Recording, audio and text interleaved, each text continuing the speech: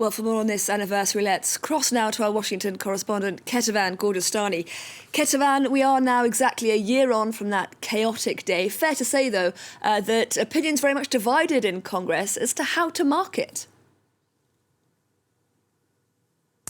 Yes, definitely a stark difference between the way the Democrats and the Republicans will be marking it. The Democrats, of course, seeing this as a very solemn day. You're going to hear the president as well as the vice president speaking from the United States Capitol. There will be a moment of silence. There will be a vigil. And there will also be time during the afternoon to remember the events of January 6th and sort of try to cement what happened into the history of the United States. Meanwhile, for the Republicans, where the goal is to basically not be in Washington for most of them. A lot of the leadership of the Republican Party will be out of town, and those who are here are not necessarily going to participate. And the messaging from the Republicans is to try to stay away as much as possible from January 6th. Condemn the violence, talk about the security issues, but try to stay away from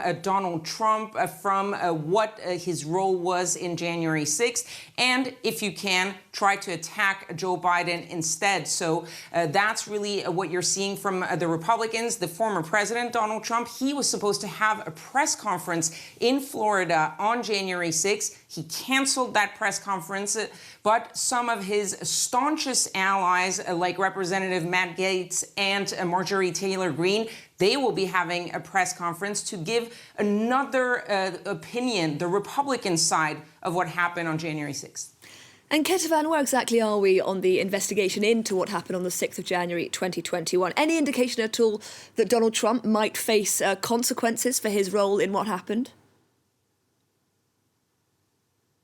So far, it hasn't gone all the way up to Donald Trump. Now, there is one side of it, which is the legal side from the Department of Justice, the Attorney General having a press conference this Wednesday talking about how many people had been arrested, how many people had been charged, and insisting that they would hold anyone accountable at any level, hinting that they could go beyond just the simple rioters that we saw on January 6th and maybe go after bigger fish. The other side of the investigation, of course, is what is happening in the January 6th committee inside Congress. That investigation going full speed this Wednesday evening. There was a close aide of Donald Trump that was being heard by the committee, Stephanie Grisham, a former press secretary of the former president, and also a chief of staff for the former First Lady, Melania Trump.